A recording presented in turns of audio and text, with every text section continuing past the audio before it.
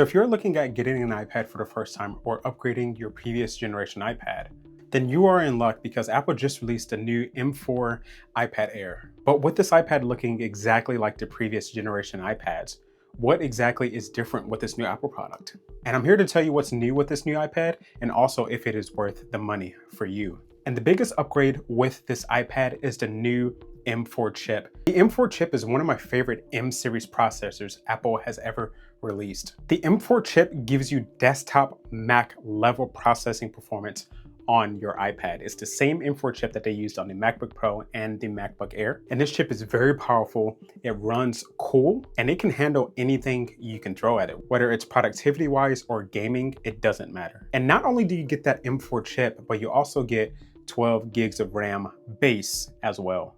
And it's wild to me because the M4 iPad Pro that came out, that iPad Pro had 8 gigs of RAM instead of 12. Now you did have the ability to upgrade that iPad Pro and get a 1TB hard drive and 16 gigs of RAM, but that was really expensive. So I think that 12 gigs of RAM is amazing for future-proofing and also for the value that this iPad gives you. But those improvements may not matter to you depending on what kind of user you are.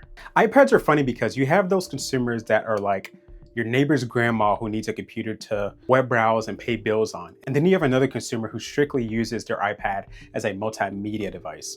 But then you have people like me who use it to run an entire business, who can use it as a student to run their entire professional and school-based lives on the iPad. And that's kind of where the iPad Air sits. It sits right in the middle of those 3 iPads. And it gives you that great pro level performance while still not being really expensive, but that can also still be used as a multimedia device. And whenever we look at this design, like I said, the design is exactly the same.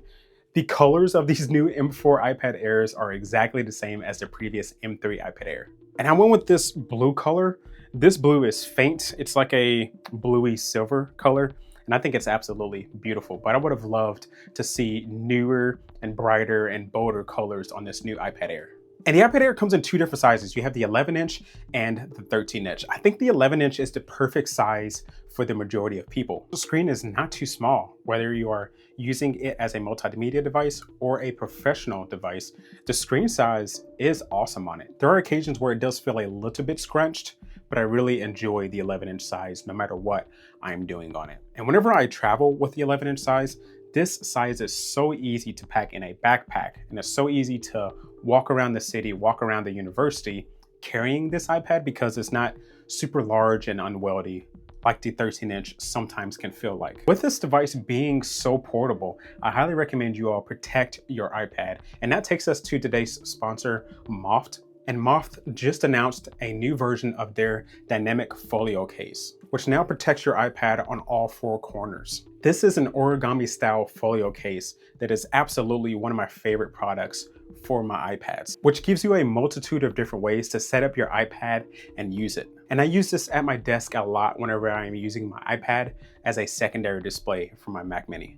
It literally elevates your iPad and it's perfect for content consumption. And whenever I use my iPad with my Apple Pencil, I can set my iPad, which gives me the exact floating angle for me to write and draw on this iPad. It allows you to set your phone on the case itself and use your iPad and your phone simultaneously, which is awesome if you want to like watch a video on your phone while using your iPad. And you can also use the leg mount angle, which allows you to mount the iPad to your leg and using it while you are lounging on a couch. And they even make an Apple Pencil holder as well for this case. You have to check it out. I will leave a link and a coupon code down below just in case you are interested. Like I said, I love this case and I use it for every single iPad I have every single day. And this display has the exact same display as previous generation iPads. It is an Apple Retina display, which is essentially a 60 Hz LCD display that goes up to 500 nits of brightness.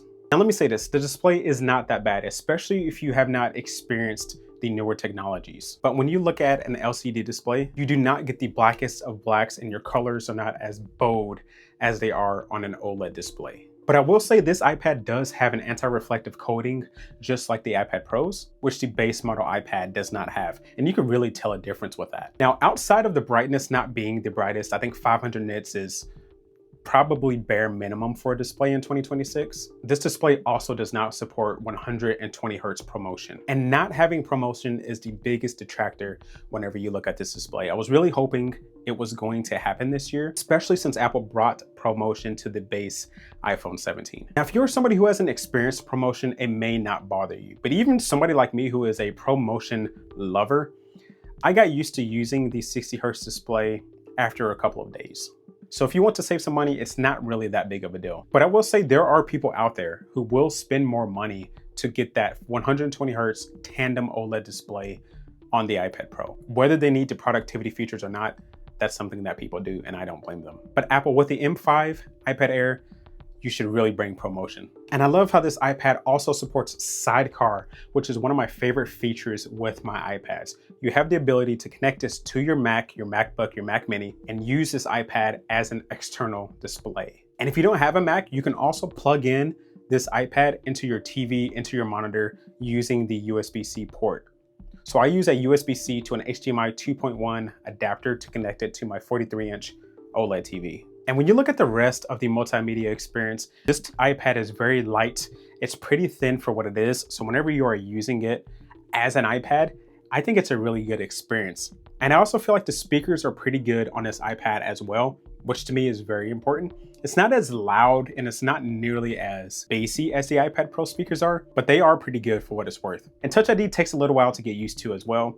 Going back and using your finger to unlock an iPad just feels slow and clunky to me. So I wish this had Face ID as well. Now, one thing I don't see a lot of people talking about is that this new iPad Air also comes with a new updated Apple chip, which allows this iPad to get the new Wi-Fi 7 standard, which is something I love. You get the updated Bluetooth, and then if you go with the cellular version of the iPad Air, you get much better cellular performance as well. And when we look at battery, I think the battery on this iPad is just okay.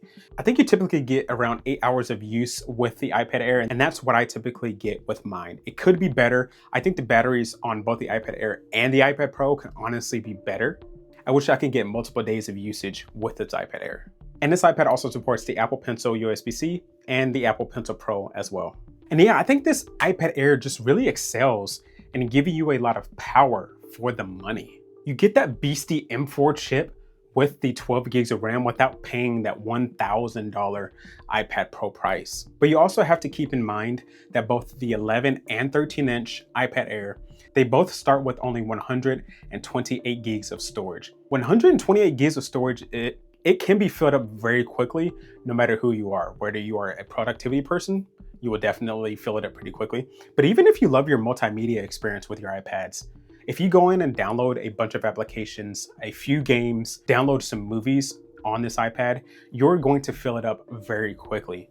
So if you're somebody who's going to go ahead and jump up and pay an additional $100 for 256 gigs of storage, you just have to do a double look. You have to really think about it because you're getting a step closer to that iPad Pro price, which gives you the better performance, the much better screen, and also already starts with 256 gigs of storage. So yeah, I think overall, you just need to know what kind of iPad user you are. I think that this is a perfect middle of the ground iPad. It's not stupid expensive, but you can get real work done on this whenever you compare it to the iPad Pro. You just have to understand the possible downsides you can run into. I think that this is a great iPad for not only the casual user, but also the office user. I think that this is an excellent iPad for students that are going to school. But then again, if you're somebody who is a major stickler for the display, you may just go ahead and buy the iPad Pro. So yeah, let me know down below what you think of this new M4 iPad Air. Do you plan to pick up this iPad Air? And if you do, let me know where you are coming from. What iPad are you currently using? Or if you don't have an iPad, let me know why you are going with the Air model. So thank you so much for watching this video, and I will see you in the next one. Peace.